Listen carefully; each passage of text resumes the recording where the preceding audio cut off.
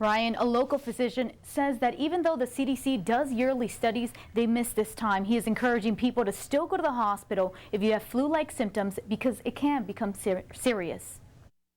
We are trying to leave spaces open in our appointment slots so that we can serve people that come in with any concerns about the flu. Dr. David De La Yata says there are lots of misconceptions about the flu. Some of his patients who go and seek attention at Su Clinica tell Dr. Yata they go over the border to find vaccines. They'll buy antibiotics like penicillin, ampicillin, amoxil.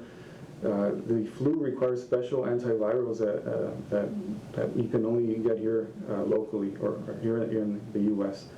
Dr. Yata says there's been a rise in the number of pediatric patients seeking care for influenza.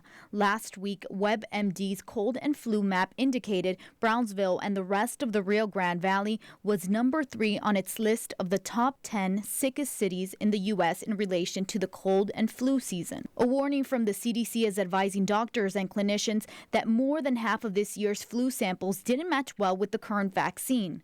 When the CDC made the recommendations in about February of this year, they were not anticipating a mutated form of the H3N2 virus.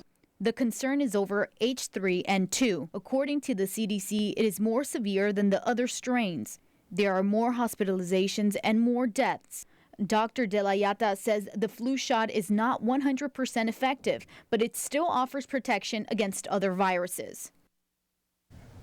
If you get flu-like symptoms, Dr. De La Yata recommends people to stay away from public places and seek medical attention immediately. Children under the age of 5 and adults over the age of 65 with chronic illnesses are most at risk. In the newsroom, Tiffany Huertas, Action 4 News.